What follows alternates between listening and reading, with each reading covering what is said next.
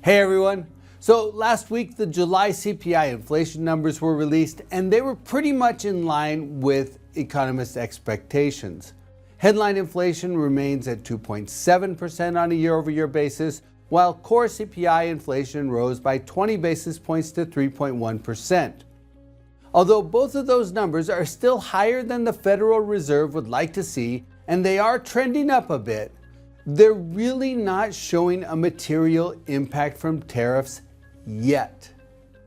The annualized 3-month inflation trend is still landing in the upper 2% range for both headline and core inflation, and looking at the month-over-month movement of specific subcategories, they didn't show any substantial spikes. Now, it's widely believed that an inflation surge is still out there. The chief economist of Goldman Sachs recently said that U.S. consumers have absorbed about 22% of the tariffs through June and will eventually absorb 67% of the tariffs as they come through. He also predicted that core inflation will climb to the mid 3% range. Reinforcing that point on who's paying the tariffs, if you review the corporate earnings reports from the second quarter, many companies cited significant tariff-driven cost increases, and several companies indicated they're going to pass more of the tariff costs through to consumers. But the impact just hasn't shown up in the July inflation data in a material way. One more inflation release will come out before the Fed's next decision on September 17th. But at this point, considering the signs of a weakening employment market that emerged in the last round of jobs numbers, there would likely need to be a substantial inflation movement in the September 11th Consumer Price Index report for the Federal Reserve to hold rates at their current level. So the broad-based assumption at this point is that the Federal Reserve will reduce rates by 25 basis points on September 17th. Currently, Wall Street is placing more than a 90% probability of that cut. In addition, Wall Street is assigning a 71% likelihood of another rate cut on October 29th and a 60% chance of a third cut on December 10th. But again, I want to remind everyone that cuts to the overnight rate do not always translate to declines in the 10-year Treasury rate. We experienced that last year when the Fed rate cut spurred a surge in the 10-year Treasury rate. But for commercial real estate, any signs of downward pressure on interest rates is a positive.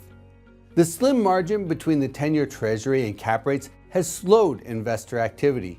And even though national average cap rates remain elevated across all property types compared to the market peak in 2022, the spread between the cap rates and the Treasury rates is still pretty narrow.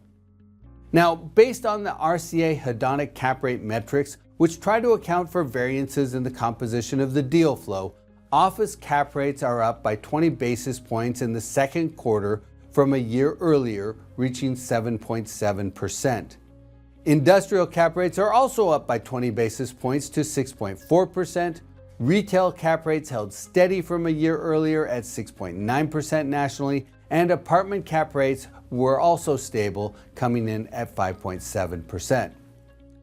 We're seeing a little downward pressure on apartment cap rates in a handful of markets, but the momentum is still relatively isolated and marginal.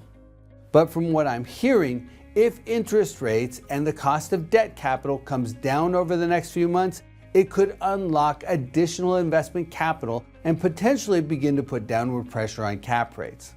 So, looking forward, if investors agree with Wall Street and believe the Fed will cut rates by 25 to 75 basis points in the next few months, and that translates to a lower cost of debt capital, then deal flow could accelerate in the coming months, which suggests that now might be the opportune time to prune portfolios of weaker assets, and investors may want to begin scouring the market for potential acquisition targets. Although these are shorter-term trends, we may be entering the transition to the next commercial real estate investment cycle. And getting active now could pay dividends for investors who keep their eyes on the horizon.